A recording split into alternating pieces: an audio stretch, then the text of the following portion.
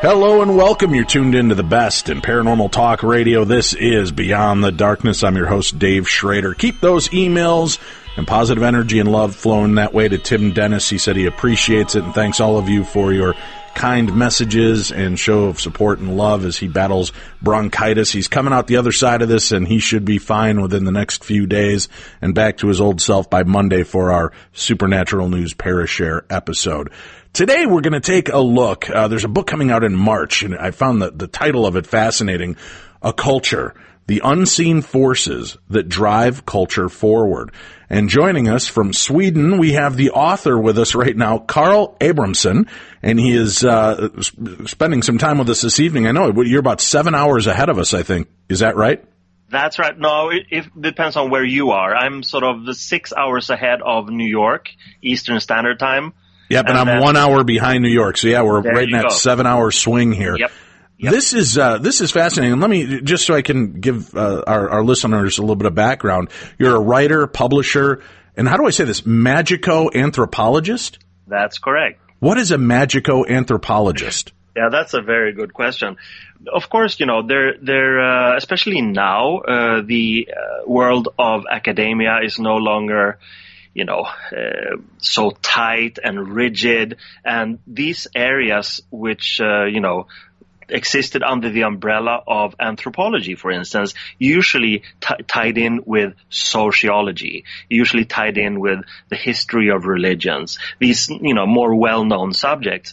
But interestingly enough, as the esoteric sphere, what you usually call like Western esotericism and other kinds of esotericism, has sort of snuck into the world of academia, and there are even chairs and, professors and loads of books on academic presses about magic and magical stuff, which I think is great. I originally thought of the term when I was young and considerably more, misanthropic in a way. Okay. So I actually started something called the Institute for Comparative Misanthropology. I thought that was, a fun thing and a play on words and stuff like that. But as I progressed and probably got a little bit more mature, I realized that I was so interested in all of these arcane subjects, and also, anthropology and psychology and how people relate to magic in different cultures and in history. So basically I found that, hey, misanthropology, that's cool when you're young, but really where I'm at, it's magico-anthropology. And, this was probably like mid-90s. And since then, I think that the world has caught up in a way. So I would say that there is actually something called magical anthropology right now, even in the academic world. It's the study of magic, basically, how human beings and entire cultures relate to the fascinating topic of magic. And since the mid-'80s, you've been very active in the magical community, integrating occulture as kind of a way of life and lecturing about your findings, your speculations. Mm-hmm. This is fascinating. What drew you to this study and fascination with magic to begin with? Mm-hmm. I think that in the very, very sort of early beginnings, like when you're a teenager, which in my case was, exactly that, mid 80s, basically.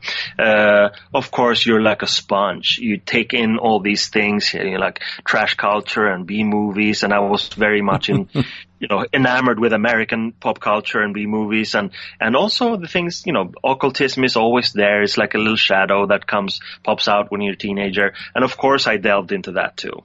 And there were certain imprints that made a strong, mark, basically. I didn't start, studying Crowley with the Book of the Law and all those, technical books on magic. I actually started with his autobiography, or as he called it himself, his autohagiography, the biography of a saint. That was fun because his life was so wild and crazy and magical at the same time. And also, as I said, I was very much into B movies, and one of my favorite icons, actresses, was Jane Mansfield.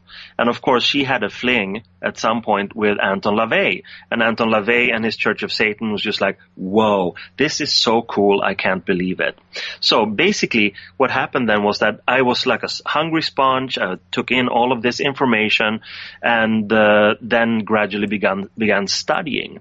But at the same time, things happened in my life that basically changed it forever. And that's that I was always an outreaching person. I was a networking person. And we have to keep in mind, of course, this was pre-internet times. So I was subscribing to information from the Temple of Psychic Youth in the UK, for instance. And then I interviewed Genesis Peorage for my music fanzine at the time. So it wasn't really an occult angle, but I became so fascinated by what they were doing, this sort of grassroots occult movement. I got involved and I started producing stuff, and everything had to do with some aspect of occultism, even the trashy rock and roll records that I put out. And one of those records was a song about Anton LaVey and Jane Mansfield and their little romance. And Genesis said that, hey, you should send that to Anton LaVey. And I said, sure, so I did. And then I got this letter back saying that, if you're ever in San Francisco, please come by. And I did. And I was just at that time like 22, 23 years old. And that also changed my life. And on the same trip, I was welcomed by Kenneth Anger in Los Angeles. And this was in 1989. So that was like the most mind-blowing trip I've ever been on, basically. And it changed my life. And I felt so welcome by these people that I had for a short period of time idealized, both from like a star perspective, celebrities perspective, but also from the magical point of view. I felt a strong sense of resonance in terms of the magic that these people were doing. So now, can I stop you right there? When we refer to magic, I mean, a lot of the world has different aspects or different views on what the word magic means. To some of us, it's illusion and fun. It's sleight of hand and smoke and mirrors. To others, it's nothing but alchemy and medicine. Magic was considered medicine for a long time, or medicine was considered magic.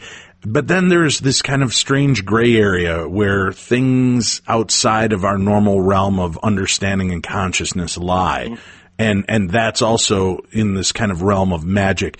Which angles and aspects of these terms are you most focused on? I would say I'm most focused on what I prefer to call the colorful gray area, which is like a hefty mix of, there's psychology there, there's occultism there, meaning sort of traditional approaches to manipulating one's life. So, there are these, could be material goals, could also be immaterial goals, but this belief that by doing certain things that has repercussions that are hopefully beneficial to your own life and what you want to achieve in life. But when I started out, I took everything, at face value. I saw it for what it was. It had usually strong historical ties, like the Crowley environment has strong historical ties to Crowley and the Golden Dawn and the OTO and that kind of carrying on a tradition in a kind of a sort of Freemasonic structure, whereas the Church of Satan had a more controversial and provocative libertarian in a way view, and the Temple of Psychic Youth was more anarchic, experimental. So all of these things basically had to do with existential issues. I'm interested in these things. Can they affect my life in a positive way? And I approached it with a very, open-minded, empirical mind frame, and I found that it did. So doing rituals, meditations, holistic thinking, all of these things sort of became a cluster that I gradually integrated more and more and more in my own way of life. And that's basically how I would say that what magic means to me. And when you talk to people like Anton LaVey, I mean, a lot of people say this man was nothing more than just a forward thinker, progressive, and using a provocative way to garner attention by the Church of Satan and the very demonic-y look and attitude that he took on a lot of this. What can you tell us about that? Well, I met him at a point in his life when he was reclusive. He didn't see very many people. Still hung out in the classic black house in San Francisco, but didn't really live there. At times they did, but they had another place also. So it wasn't that kind of showmanship. There wasn't that atmosphere of being bold, being provocative. It was more like, staying home and seeing friends, playing music, watching movies and networking. And I think also in hindsight that he was looking for people to talk to about the future, to carry it on. Both, of course, carrying the Church of Satan on, but also sowing seeds in people that he found some kind of resonance with, to carry on that spirit. And for me, at that time, I thought it was cool, the word cool. It was very cool to hang out there. And I did that several times during a couple of years up until 1993. That was the last time that I met him. But it was obvious to me that there's more to this than meets the eye. Basically, saying that in the 60s when he concocted this thing and up until the mid 70s, it was very extroverted. There was a lot of, rituals for show, catering to the press, stuff like that. And then later on, much later, there was this turning in like the official attitude of the Church of Satan, and also in his own mind frame that we're not religious, we're not spiritual. Those words are not usable for something. And in a way, that was kind of not demeaning, but it was sort of like a downgrade of the concept of magic. But for me, having been there, I could say that there was a lot of magic going on there. And I mean that by, non-rational ways of handling reality, sowing seeds for the future, and all of the sort of the occult strong imagery and symbols. All of that was in use. LaVey was just a very, very, as you said, forward-thinking person. He didn't have to deal with old arcane symbols and rituals. He did magic via his music, for instance, when he played music. Consciously using the concept of playing music to affect change in the outside world. So he was kind of radical. Now, you say that. I love people that are involved in this and study. They're just so very basic regarding these kind of things. And you're like, oh, yeah, he just, he used his magic his music as a magic to influence and change the world.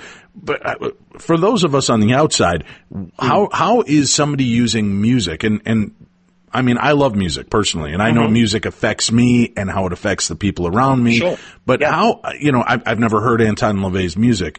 How is that changing the world around us by having this music that may not be familiar with, 90% of the culture out there? Mm-hmm. Sure. No, that's a very, very legitimate question. I think it could work. You could say that it works basically in two ways.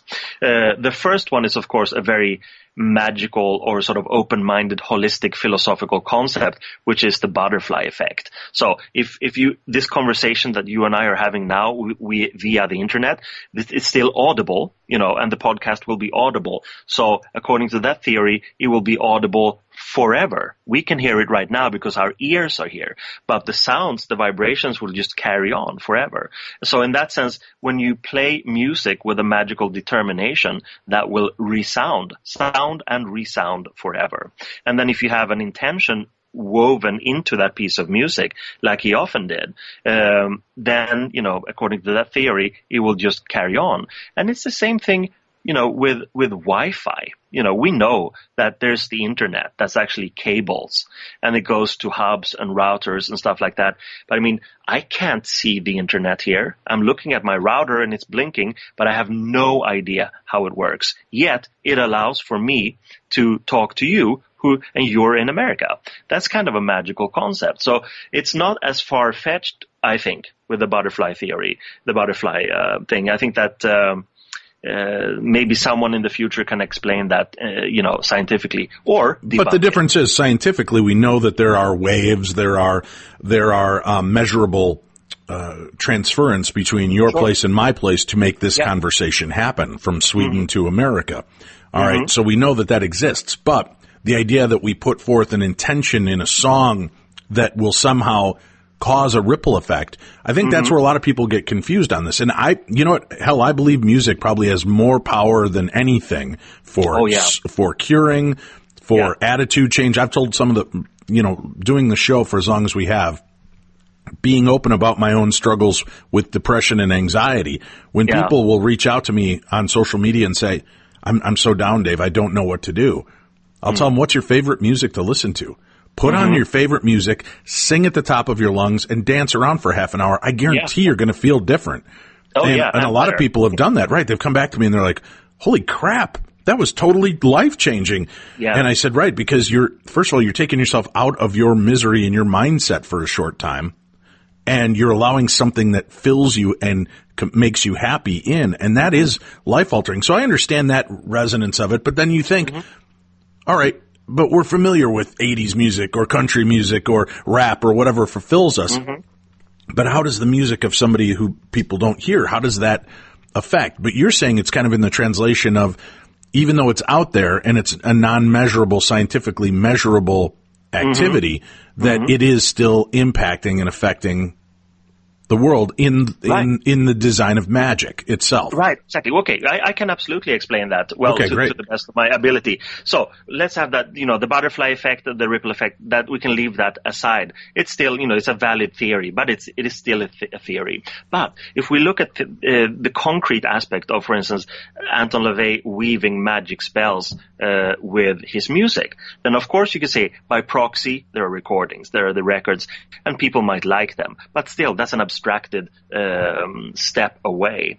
But for me, for instance, I was there. He had this huge synthesizer park in his kitchen. It was really fun to be there, and he was such a skilled magician, really like a, what's that Marx brother? Chico. He was like Chico Marx, actually impersonating Chico, the way he played and toyed with his fingers. Just a skillful, musician, having worked in circuses with circus music and stuff like that. And also striptease, burlesque in the 50s. So he was really a good showman. However, his playing those tunes in that kind of playful, jovial way, yet some songs were, depressed and dark and stuff like that, that affected me to the extent that I integrated, his concepts, his teaching in a way, to the point where you and I are talking about it today. So in that sense, he made himself maybe not completely immortal, but he certainly lived on through the experiences that I had in his kitchen. And there are several people who can vouch for the same thing, that, it was great to sit there and have a drink with him and talk with him and stuff like that. But the big thing was always to be sort of dragged into the kitchen, because then that some music was forthcoming, and it was truly mind-blowing. So in that sense, whatever designs he had for instance, just, staying on in the consciousness of people a little bit longer, I would say that magic worked. I would agree. I mean, there's definitely something to that, and his memory, his image continues to live on, whether it's in a place of fear or a place of even misunderstanding. It still resounds, and it causes people to want to learn or educate and listen to shows like this, pick up books, read, and find out about this. Now, you mentioned another gentleman, and I'm sorry I got off track. Was it Kenneth Anger? Yeah. I met Kenneth Anger on the same trip there in 1989 as I met Anton LaVey. All right, I'm not as familiar with Kenneth Anger, so please enlighten. Kenneth Anger is one of, he's very old now, I think he's like 90, and he was one of the most prominent experimental filmmakers from the mid-1940s and onwards. And, that was at the time when people are, really experimenting with the film form and art film and stuff like that. And there was kind of a wave of American cinema called the New American Cinema that he was part of. But his stuff was always about occult, esoteric, magical things. And Kenneth Anger has been like an ambassador for the philosophy that Crowley put forth, which is called Thelema. So that's his glamour. And I actually, at that time, before I went over to America, I had finished a thesis at the University of Stockholm in what you call like film history about Aleister Crowley's influence in Kenneth Anger's film. So that was also like a ticket into that world, which was of course mind-blowing to get to meet him so soon after having worked with the stuff on a distant theoretical level. And Anger. Now, do you think that by putting together that dissertation that you'd worked on, your paper, do you think that put into effect an intention and butterfly effect that drew him into your life? Yep. But then, of course, I was lucky in the sense that this is also kind of a close-knit, small community.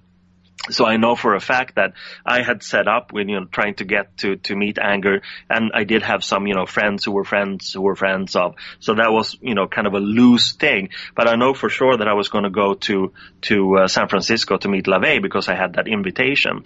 And of course, they had been friends. Anger was, LaVey was part of one Kenneth Anger film from the 60s. He had been very, positive about the Church of Satan. So I know for a fact that LaVey and Anger spoke on the phone after I'd been up there in San Francisco. And that meant also that I had like like a greeting card. I was welcomed. I had sort of an invisible, a letter of introduction in a way. Right. You became the conduit to which these two connected. Yeah. Fascinating. All right, very cool. You've got this now. A lot of people, and maybe you can walk me through the mindset on where this kind of jumped. When people hear occult, immediately they start jumping to dark principles, dark arts, and magics. Yeah. Is there a reason for that? Was that part of the press of it? Was that to garner attention so that it would raise eyebrows? I think no, not consciously. I think it's a two-edged sword. And the thing is, on the one hand, occultism or the umbrella called occultism is basically, it's a misnomer, Occult in Latin means hidden. And the reason why all of this teaching and knowledge has been hidden that's what I mean by a two-edged sword. One side of it is that it's been keeping teachings secret. Coming in from the East, from Africa, from Asia, from Europe proper, and just these little groups or individuals or little covens or orders having kept some kind of flame burning over the centuries. And why have they had to keep these things hidden? Well, primarily because the philosophies that they have contained, not seldom carrying a torch of individual liberty, for instance, and, being against the church. So, of course, the church in Europe, mainly the Catholic Church, they've been very opposed. I mean, the Inquisition is one thing, the witch hunts, witch burnings, all of that stuff has to do with essentially other kinds of things, but it's all been under the guise of, cleaning up from the occultists. So that's one thing. But there's also been the pure propaganda, saying that these people are devil worshippers, these people are this or that. But when you look closer at it, either it's been like wise women who didn't want to succumb to some kind of, societal pressure, or it could have been some radical early scientists, like Galileo, stuff like that. They were executed. They were executed for showing how the universe really is organized, how it's structured.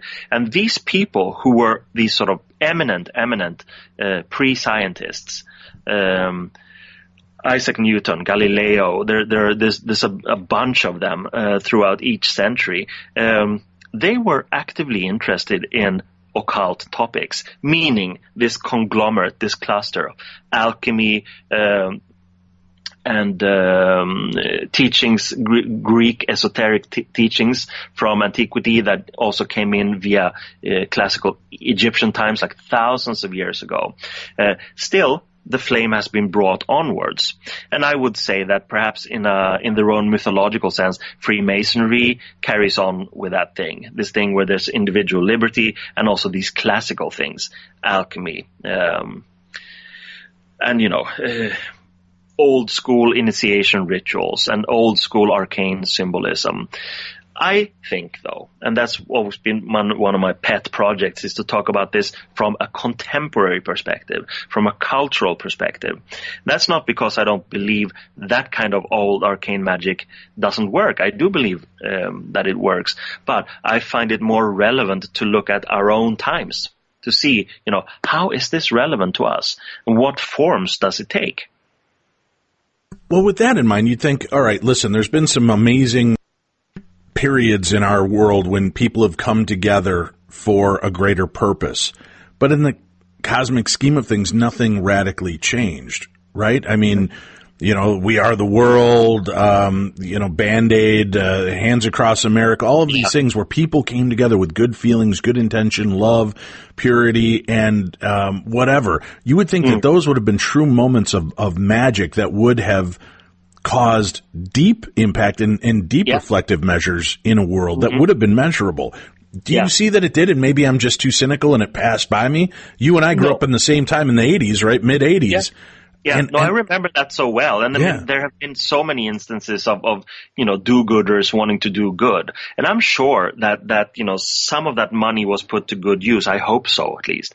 But that's the thing, with good intentions doesn't mean that the result becomes like you wanted it. I mean, like when you talk about the international aid in general, like to impoverished or regions of crisis and chaos and famine or war-torn places, rich, wealthy countries can send, billions, millions of dollars, but very little of the money actually gets to the people who really need it. And that's because there's such a heavy structure, heavy infrastructure. And, I don't know, surely some shady things going on too. But I think, and this is where I find Crowley, LaVey, but also people from other angles like Carl Jung, who had the psychological, mythological angle, and many, many other people, contemporary people too, who claim that, all of this is fair and fine. We can do things together. We can band up and gang up and do things that we find is good for the greater good. But nothing really changes unless we change ourselves, meaning that the impact of this philosophy and of magic in general can only be fully understood and fully integrated on the individual level. Because if we are entangled in other people, like saying, you should do this, you should do that, which is the classical approach of religion, then that will not allow the individual to be fully free. And I believe that, to maximize some kind of, concept like happiness, one needs to do it oneself. One needs to find out I need to find out who I am, and then I need to do that thing that I find out. And if I don't do that, I will be super neurotic. Now, when you talk of the names of LaVey as well and Anger, was there dark aspects to the magic that they did? And is there positivity in dark magic or dark intention? Can we get something from somebody's negative focus? Oh, yeah, absolutely. And these are great questions that you're posing. I'm happy about that because usually people are so prone to, consciously misunderstanding things. Of course, let's define the darkness of this kind of thing. It's easy to project that on LaVey because he called his group Church of Satan, and traditionally, culturally, Satan has been like a negative force. He and the church, they claim that Satan is not some kind of anthropomorphic beast. It's not having to do with any kind of evil. Evil is a very, word that's very difficult to define. Right, but it's subjective. It's very subjective. Right. And that's the thing, they believed, and when I say they, I specifically mean the Church of Satan and LaVey, there was strong psychological insight, and LaVey was very interested in contemporary psychology too, and this thing with catharsis and actually cherishing the ego, not trying to minimize its impact like in the Eastern religions, and carrying some kind of moral based in this loosely concocted thing called karma. Karma is another word for some kind of spiritual moral causality where you do one thing and it has this thing, but it's imbued with morals. And I think that the darker groups or darker people basically said that what's good for me is good, But that doesn't imply that everything I do will be bad for other people. That's like, the evangelical Christian approach, which is so dualist. If you don't ascribe to our God and our interpretation of it, then you are evil. It's a simplification. But if you look to the human psyche and how that works and how multifaceted it is, maybe cursing someone that bugs you. And I'm sure a lot of kids in schoolyards, can feel a relief if they make a little proxy, like a little voodoo doll, and stick that with pins, and the doll symbolizes their bully, their schoolyard bully. That was the idea that LaVey brought up, that all of these things can be symbolic, but to work with symbols and this kind of active imagination, that was also advocated by someone like Carl Jung, who doesn't have that, dark thing projected on him. He was more of a skilled, enlightened psychologist. But there is this thing, dealing with active imagination, being honest about what one feels about certain people. And if certain people are, like LaVey, coined this beautiful term, psychic vampires, one has to get rid of them. Otherwise, one will be vampirized, and who wants to be that? That doesn't mean that one has to take any criminal steps or anything.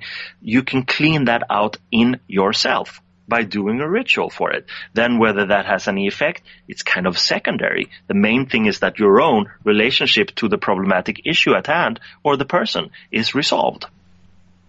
Isn't that interesting that whole aspect of what and who Anton LaVey is or was is predicated on the look and the way he did it. And so many people don't bother to pick up and read the story to get the interest and the information behind what the actual principles were that he was utilizing. Because it sounds like it really once you get past the creepy look and the pointy goatee, right? What you've got here is a new Carl Jung, or you've got a philosopher who's doing nothing but finding a unique way to teach a belief system. Yeah, absolutely. And you know what? I think that the reason why LaVey used, the word Satan, he had been interested in arcane stuff, and he was interested in psychology before he started doing, these magical meetings and little group meetings in San Francisco and stuff like that. But when it came to organizing this thing and integrating the word Satan, and of course, that was a shocker. That was a moral shocker, a religious shocker. He got a lot of attention, and that was good, because that was he was after. He also, to an extent, used what we call the S word, Satan, as a kind of bullshit detector in a way. Because why waste time on someone who freaks out when they hear the word Satan? That means that they will not be susceptible to understanding these concepts that could be beneficial for them. On the other hand, if someone said, Satan, I don't believe in any anthropomorphic Satan, then LaVey would say, neither do I. It's a symbol. It's a symbol for, man's feral nature, the stripped nature of man. That's basically a beast of prey, like any other animal's beasts of prey. We are more civilized in a way, more refined, but on another level, we are absolutely less so. Because we not only sort of can destroy for other people, we also destroy our own habitats and our own lives, basically, if we are not enlightened to the point where we can realize this is not what I want to do in my life. I need to change this. And then what kind of symbols you use, that's, in a way, it's secondary. You can use whatever you want. And for instance, let's stick with this LaVey-Jung comparison. There are two S words in both. LaVey called it Satan. Jung called it the shadow. The shadow principle in Jung's thought is very interesting, because he claimed, as did Freud in a different way, that if the stuff that you repress, it will come forth. It will come up and it will haunt you.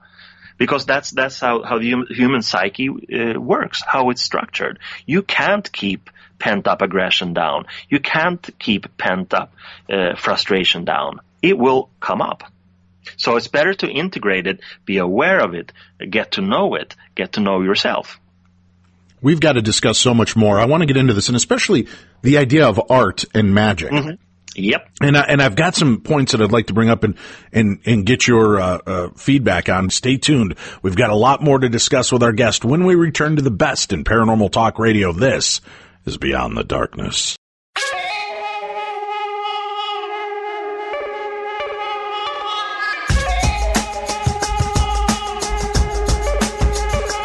Beyond the Darkness.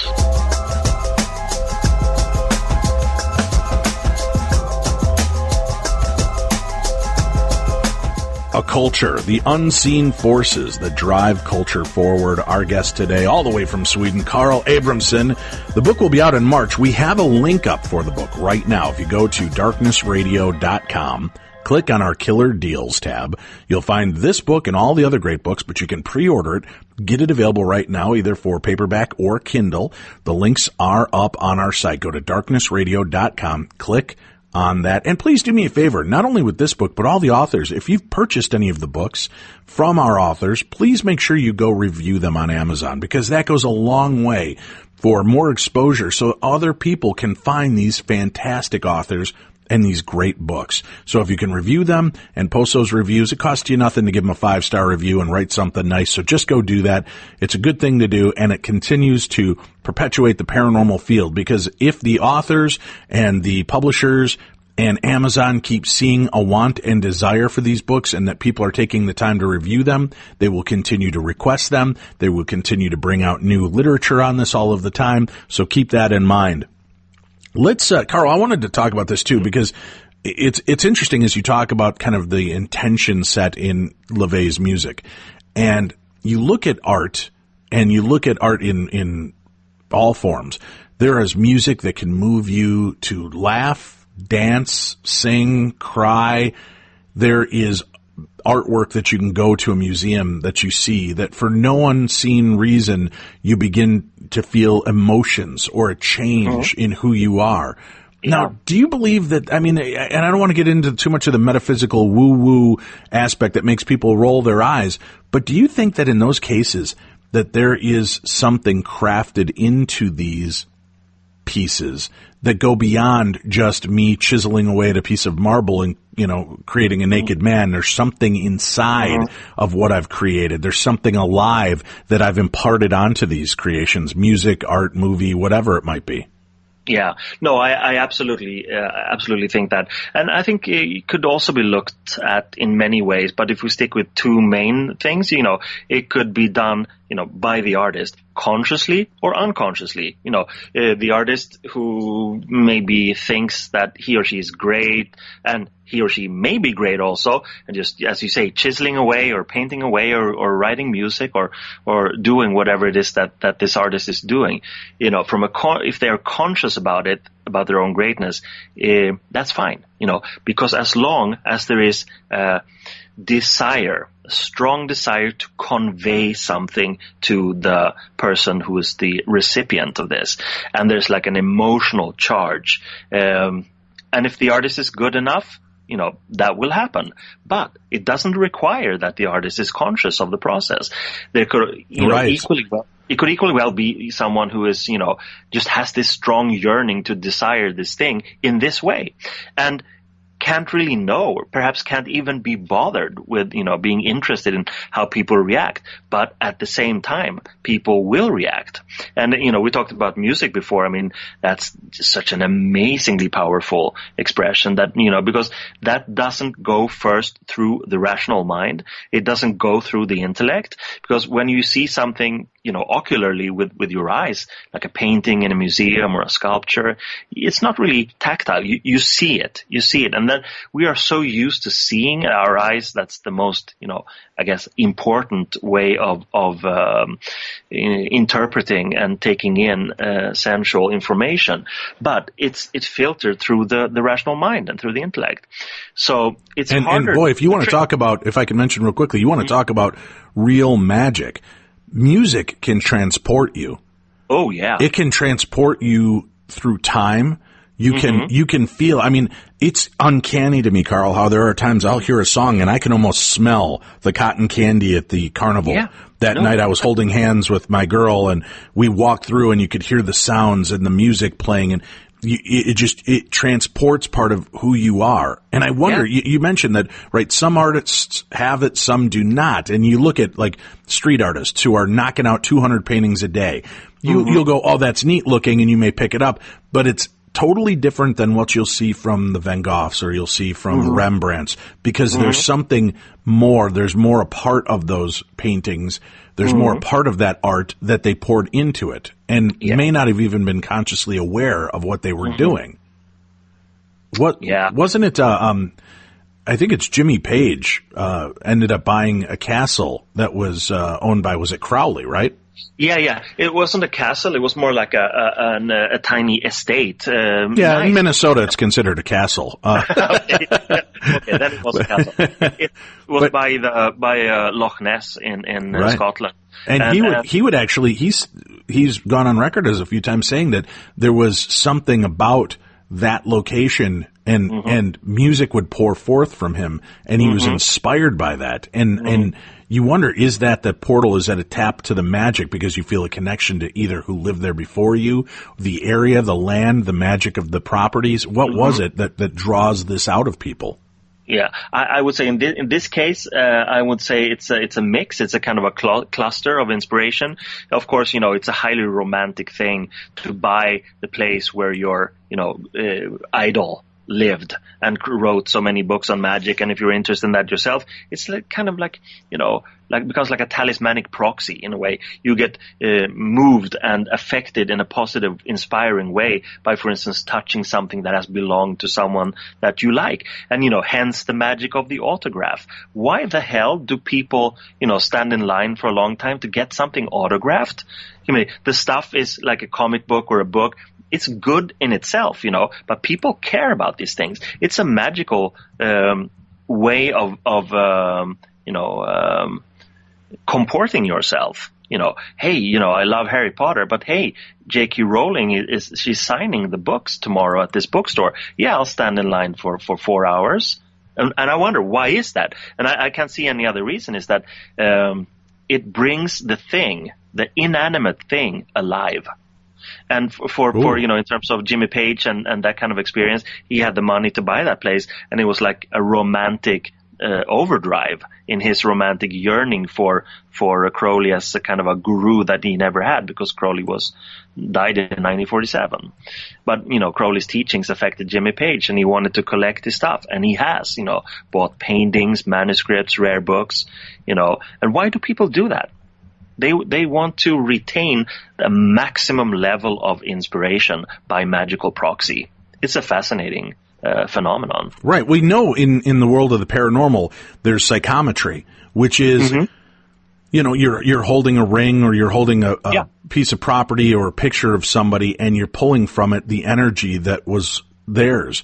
So that there is something to that. Because like you, I'm often confused. Why? And listen, trust me.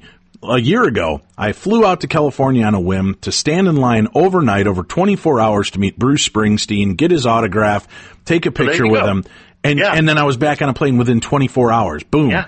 All done and said. And you sit there and you go, why? What did this? But you know what? I've got something that is connected to the person that has had an impact in my life. And I had a chance to vocalize something to him and get a response. So there is that in itself is a kind of magic as well, because then that connection has been made, and it's funny, I laughed about this, and I was going through it and talking about magic and the set of intention. I had so many people rooting for me to make that trip and go see Springsteen and meet him, and it was great. But this last year, on Facebook of all things, right? Here's a great place. This is your spell book. This is your book of shadows, your Facebook. I put out on Facebook over a year ago, I said something along the lines of, come on, universe, I need you to make things align and put me together where I get a chance to meet Bruce Springsteen. And almost one year to the exact same week, I met Bruce Springsteen. Fantastic. Isn't that crazy? And it's out there. It's not just Dave recounting the story. It's legitimately out there. You can go on my Facebook and scroll back through my pages and see a year prior me saying, okay, universe, make this work. And, that's interesting, because when we do set that intention, there is a magical property to that. No, absolutely. And I was going to say, I buy it. I mean, that's a kind of a misnomer, but I accept that as something completely normal. I've had that so many times in my life that for me it's like a more normal mind frame, a normal approach, a normal way of looking at life. And I'm very happy about that, because that, I think, one key in this magical process where you can open up to these things is to trust your own intuition. And for some reason, that's not something that we're encouraged to do in our culture. I don't know why. I don't believe any conspiracy theories in that sense, but I think it's a good thing. And that, when I lecture or when I teach in like art schools and things, that's the key message, trust your own intuition, follow that, inner voice that you have, and don't let other people put you down.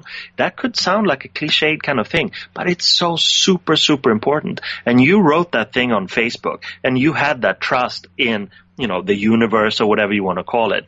And it happened. I'm not surprised. For me, it's completely logical in a way. It's like what you call supracausal. It's not just cause and effect. It's just like something has greased the machinery of the universe, and you did it. Yeah, it's fascinating to look back, and when you talk to guests like you and look at the overall examination of the world around us, you can start to see these reflections. So even for the most hardened skeptic and cynic, if you start kind of really looking back at the times you've set this intention, and some people will say, well, sure, yeah, I wanted to be a doctor, so I buckled down and I worked hard and I became a doctor. That's one thing. That's working toward a goal. But if you've ever wanted to write and you just sit down with even the smallest nugget of an idea, like, when I've mentioned on the show, Stephanie Meyer, she had a dream about a sparkly vampire. That was it. Yeah. That nugget turned into a multi-billion-dollar industry with the Twilight series. Exactly. It's opening up and allowing the magic to come through you, and not something you've worked towards, but something that you've, the catalyst is out there. You just have to light the fire and see what comes of it. Yeah. I do believe, though, that they go really well hand in hand. I mean, you have to also, causally work for what you believe in. I think that's, when I said that, almost jokingly, greasing the machinery of the universe or destiny, I think, that's how you grease it. You have this faith in that, these strange things that I'm doing will lead to this. I really want this to happen. But then you also actively work with it. And that work process is, according to me, what greases up the machinery and makes it happen. Because so many people are causal, hard workers. They strive towards a goal, and maybe they reach it, maybe they don't, because there's the things called competition. People might, be more competitive, and so you just need to, when you're on a mission, you need to have all the tools with you. Some of those tools will be visible, and they will be causal. There will be cause and effect, and some of them will be invisible. And I mean, for instance, I think that if you have the central thing, like your own will, your own will needs to be well defined. But that, the definition helps this outer causal material process of, creating change. But sometimes an undefined will on inner level also works really well. It could be like a yearning, Sometimes, for instance, let's take an example. If you're you want to hook up with this beautiful woman, for instance, and you say to her, I would really like to hook up with you. And then that might be like the complete turnoff for her, and she'll just disappear. However, if you have it in a verbally undefined way, and instead show what you feel, show what you would like to see happen, it's a classic case. That's usually a much better avenue to walk if you want to achieve that kind of success. So there are different ways of expression, and parallel, almost if not parallel universes, then parallel modes of being. One is the mechanical causal work to make something happen, and the other is kind of what I call a programmatic approach, where you program yourself and allow the seed that you drop into your subconscious, that needs to work on its own. It doesn't need to be defined. It's like a little flower that helps this other outer process happen, and vice versa. Have you heard much about the other side of this, when things do go dark, when this is used for ill intent? And what can you point to say this is, there's proof of this, that this exists? Mm-hmm. Well, I think that I've never had any experience, where this classical thing, like if you do a curse, it will, go on a rebound, it'll hit you in the face, stuff like that. I've never experienced it that kind of dramatically. However, I have certainly come across some people who've done things. Oh, wait, let's stick with one of my favorite scenes from movie history. You assume that you've seen Fantasia. Yes. Yeah. So the scene where Mickey Mouse is the sorcerer's apprentice, right? Right. Right. So he finds the magic book and he's lazy. He doesn't want to clean up the room of the sorcerer. So he makes, like I said, this kind of magical formula from the book. And whoa, there are these, hundreds of brooms helping him to clean up, but it's just a mess. He can't control those forces, So the sorcerer returns and the temple is in disarray and it's just a chaotic thing. And Mickey Mouse, he gets taught a lesson. Don't use magic if you don't know what you're doing. And in that sense, I've come across people who've perhaps, like Mickey Mouse, taken on more than they could handle. So bad things have happened to them. But then again, this is speculation. Perhaps something bad would have happened to them anyway, because they were from the beginning unbalanced individuals. They should not have gone into these sort of experimental mind frames. In a way, it's like with psychedelic drugs. In a way, there's this classic Timothy Leary thing where he said that set and setting was so important if you wanted to go on one of these psychedelic journeys.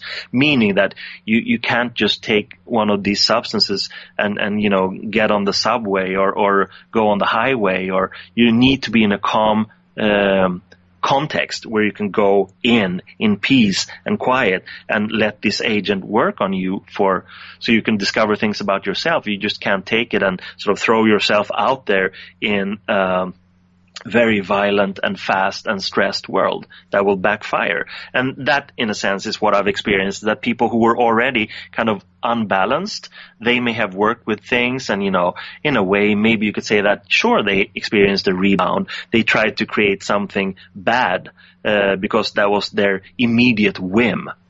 And that is always bad. Anything magical, any kind of real magical work or operation or ritual needs to be very clearly thought through. Use your ability and know who you are. You simply, you can't do a ritual for winning the, what's it called in America, the lottery thing. Right? Lottery. Yeah. It's like $400 million. I won it by this weekend. That won't work because the odds are so slim. But in a situation where magic could work, it's like there's the chance of promotion at work. There are 3 contenders. You are the least likely one. You know it. But you do a ritual for at least trying to push this or grease this machinery, as I call it. And then you get the promotion. And you can't explain it because you've been the least likely contender, but at least you were employed at the same office as the other ones. You've done your fair share of good work, etc. Meaning you are in your natural surrounding. You can't really go beyond that. And if you want to go beyond that and do something spectacular, then you first have to change yourself. You can't, expect the impossible. However, you can slightly more expect the possible. I've got, time's getting away from us quickly. The show's going by here. But looking into the book and kind of going through, I want you to talk about some of the different aspects. If people are looking for magic in their lives and in the arts and the things that they surround themselves with, Carl, what can they start to watch for? What can they start to do to alter these things? Well, I think that it's again, I'm so stuck with this thing that there are 2 sides to everything. Right. I think one obvious side is that you can look for things thematically and be inspired by that. And by that I mean, there are all of these on a shallow level, on the level of entertainment, for instance. This past decade or decades, we've been swamped by magical stuff like Harry Potter's and Lords of the Ring and all these things, and it deals with it thematically, deals with magic and fantasy and mystic stuff in an entertainment form. But if that affects you in an inspirational way, that's totally fine. So, and that goes for literature too. There are many examples in music where, for instance, classical music, Gustav Holst's The Planets. It's a beautiful suite of music made for each planet. I would say that's a highly magical piece of music because it really evokes those classical forces of the planets based on ancient ways of looking at the universe, saying that Mars is a very, masculine, feral force. You call it, martial energy when it deals with military stuff. And Venus is, symbolically something very feminine and loving and stuff like that. So Holst wrote this suite of music. So it's both thematical, but it also affects you in a way that you can't really explain. It's just, magical.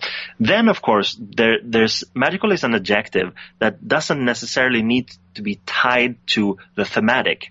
When you read something or you experience something, it could be like a dinner with friends and you had such a good time that you said, hey, that's amazing, it was really magical. You might have experienced something out of the ordinary, an atmosphere that was concocted by the people present, that wouldn't have been there if only one person would have been gone. So that kind of thing where you experience facets of human life that are slightly beyond the ordinary. And then that adjective comes in hand. It's magical. And that's basically what it means too. Magical and magic, it's not just trying to cause change to happen so that you can, satisfy your own ego saying, I want this or I want that. It could also be an experience of life that is simply beyond the normal, beyond the causal, beyond the conscious, beyond the rational. And those aspects I find are increasingly important. And for some cultures, they are just so ingrained that it's not magical. It's normal for them to appreciate life in that way. But the Western sphere, meaning, Europe and North America, it's like we've taken the rational to such a degree of extreme application that it's actually it's not good. It's not good for the planet. It's not good for our lives on an individual level. And I think that, kids understand. They understand the magic. They understand the magic of play. They understand that you can, with your imagination, make things happen. And I have no idea why adults in the adult, becoming an adult, why we lose that. I would say it's a cultural thing. But I do believe that loss of the child's perspective is exactly one of the most detrimental things there are in our culture. And again, as I said, playing is magical, enacting these things that kids do with sticks and stones could be. You don't need the latest, Star Wars toys to get into that groove. Wait a minute. Can you hold on? Let me go get my kids so you can say that all over again for them. Yeah. They don't need the latest and greatest toys. They can get by with sticks and stones. Yeah, that sounds like a thing every parent needs their kids to know. Yeah. They might be hard to convince, though, because kids today are tough. They're tough. So, but what I'm saying is that ability to imagine things, I see that less and less, specifically also in adult people. And, usually, as you can read about that in the book also, I'm usually prone to criticizing, contemporary times in terms of allowing technology to take over. It took over very quickly after the internet, and we are all swamped and fragmented in, memes and tweets and Facebook and all of these things that are essentially super great. They're bringing us together, but at the same time, they're chopping up our perception to minimal little ingredients that I feel at times I don't really control. And again, it's not a conspiracy theory. I'm just saying that contemporary Western life is very fragmented. And again, why is it then? I mean, it's not surprising then that things like meditation and, massages, things that are corporeal, they have to do with the body and they have to do with relaxation. They are super important. And it's not surprising that, for instance, remember that way back in the 70s or even the 80s, yoga was looked upon something weird and Indian and something esoteric, something having to do with the Beatles and drugs even. But today, yoga is like everywhere. There's a yoga studio on every block. So that's amazing how things that are beneficial, they will creep into the culture when there's a need for them. And it has nothing to do with entrepreneurial spirit or someone seeing a chance or an opportunity. I think it goes beyond that. I think it has to do with human need, with cultural, societal needs that manifest themselves when we're at the heating point. And I think that's why themes of magic return also in popular culture. I think that's the reason for its strong presence, is that we have this need for a mythological approach. We can no longer, for any longer period of time, be fragmented, chopped up in these small little meme things. We need larger perspectives, bigger pictures, mythological approaches. Right, which has been a part of our culture all along, hence of course. Religion, right? People follow religions because they want to feel that they are a part of a bigger thing and that they are part of a machine that, they've got, that they can rely on other people, rely on their beliefs, rely on all of that. So, in every religion, there's magic, there's sorcery, there's powers and abilities going, and that's everyone, folks. Don't kid yourself. Even in Christianity, it's heavy with that, right? I mean, Jesus is walking around creating miracles. Is that miracles or is it sorcery in a form of magic? His intention and power, focus, and determination so strong, and said that, hey, what I can do, you can do. And it's then giving you the inspiration. It's just who takes that inspiration, who wants to utilize that and go forth. Now, what are the ties, do you believe, or any, to the occult and the afterworld? No, I think I've consciously left that area out in a way. I've certainly been interested. I mean, of course, most human beings are interested in what happens after death. It's something that you can't really, just discard and believe that you have discarded it. I don't buy that. However, I came to the conclusion or afterthought after thinking about it when I was younger, and saying that there's really no point in my sort of allotting time and energy and hypothetical energy to thinking about these things, because it's a question currently without answer. When I die, I will find out. And I feel pretty content now with the wait, because I'm enjoying my life. And I think that there's no rush. I would love to stay in life a bit longer. And I would certainly hope that there's some kind of, at least recurring thing that we can come back somehow. And I mean, is it just a fabrication that many of the major religions have this point of view? I'm thinking specifically of the Eastern religions like Hinduism and Buddhism and stuff like that. That we come back, we take a seat in a new body and we try again. And I'm not saying that Buddhism is a like something chiseled in marble forever, that they're right, with the karmic thing and the reincarnation. But it is a fascinating thought, though, and one that surely brings a lot of hope to a lot of destitute people. And that, unfortunately, is where the negative aspects of religion come in, where religious structures and, larger entities have taken control of people in dire straits and say that you have to do this to get this afterlife thing. You have to do this and fulfill these things that we tell you because they are morally correct. I strongly disapprove of that. However, I've met many genuine Christian people who have been fine human beings, because they have taken, the message of Christ and the Bible and however they interpret that, and they've done something with it. They've integrated the teaching in their own lives, and I think that's commendable. And that's true for all religions. There are bad structures, but there are also good people who roll with the philosophy of things and try to integrate that.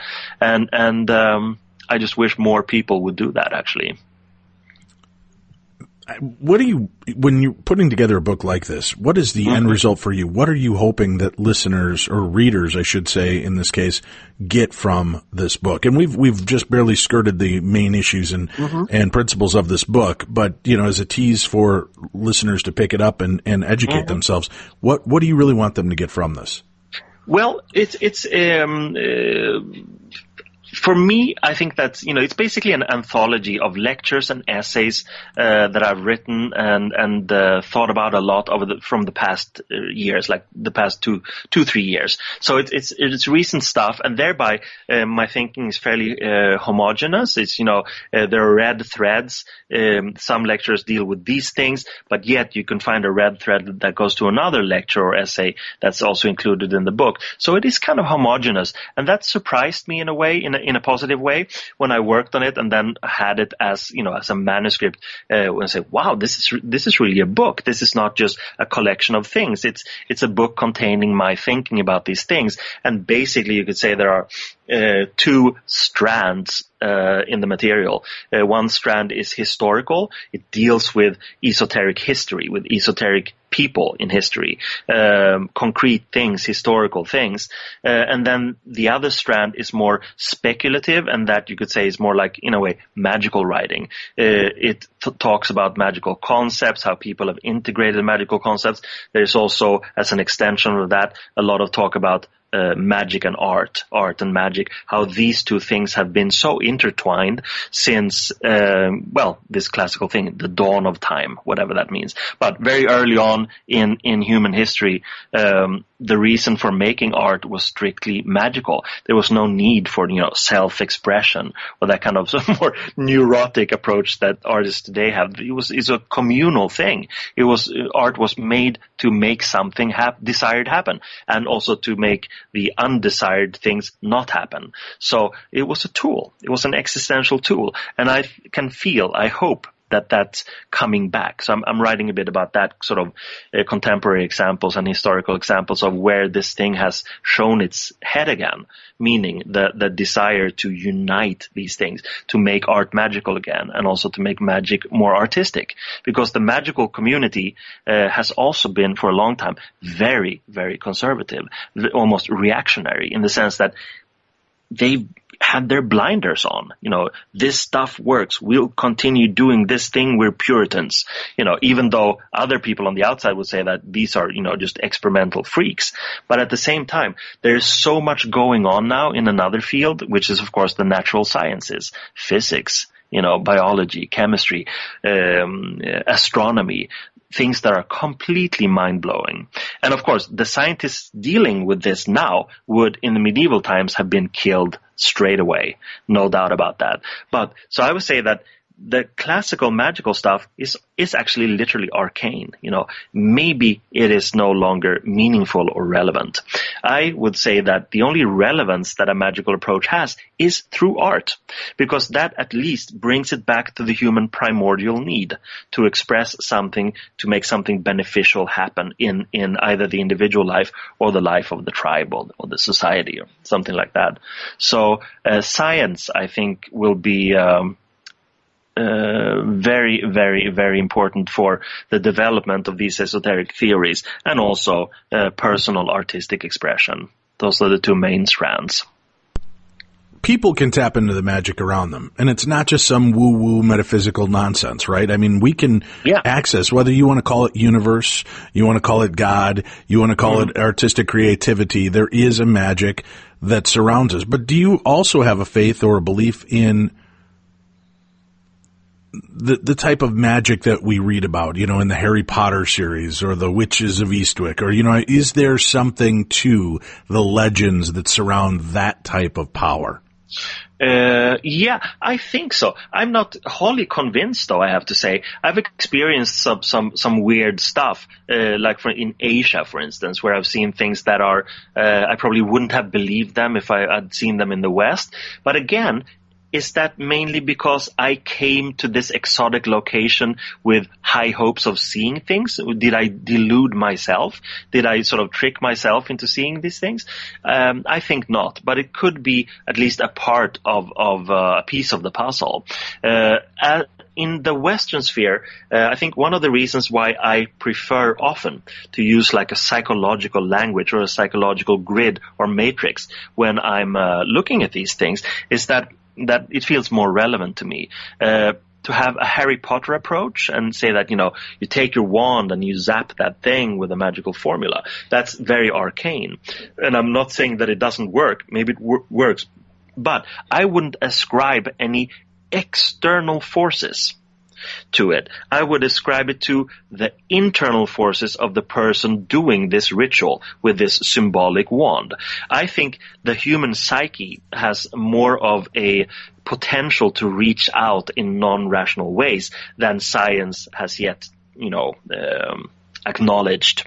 And in so the tools like a magic wand or incantations or brews, what you think is maybe those are crutches, those are crutch tools, that they're lending more credence to that than they are to the idea that the power is actually coming from within. Yeah, absolutely. And that's where I am now. I mean, when I was younger, I believed that, there were more like, external forces, but never like, demons and angels and these sort of arcane, they're all symbols. But, the most fascinating thing in terms of tuning into magic, that's of course to be in nature. Nature is a very magical place because it's kind of, I was going to say unpolluted. Unfortunately, that's not true. It is kind of polluted by humans and human soil. But if you just, go into the forest or watch the ocean and you're just amazed at the power that's there. Some people who have a religious inclination, they would say that, well, that's God for you. Other people who have a more scientific inclination, they would just say that this is like a supreme intelligence and it's the evolution of the species. And it's just all these different grids and matrices that we feel the need of seeing the world through and seeing our lives through. I believe that, you can tune into nature and that will give you a lesson about the forces that are there. However, if I use these forces or think that I'm using these forces for my own purposes, is that then externalizing something that is essentially in my own psyche? I don't know. I'm more of an internalist now than I used to be. I believe in the power of the human psyche and, whether that's strict mentalism or manipulation or whether it's an actual transference of energy via the mind, it's kind of secondary because what people are usually after is result. They want to see a tangible change. And I do too. I would avow, I would sort of integrate something that I know works. I'm a pragmatist. A pragmatic magician, and I would sort of stay away from stuff that people say, I don't know, it's interesting from an historical point of view, but why should one dress up in these fancy robes and use these, arcane tools, when in fact one of the most powerful tools we have is the computer and the iPad and the internet and even more, modern stuff and quantum physics. Could there be something more magically mind-blowing than quantum physics? I don't know. I don't think so. Fantastic insights. The book will be out in March officially. Again, we have a link up so you can go pre-order it right now. Occulture, the unseen forces that drive culture forward. Carl Abrahamsson, our guest today. Carl, thank you so much for joining us.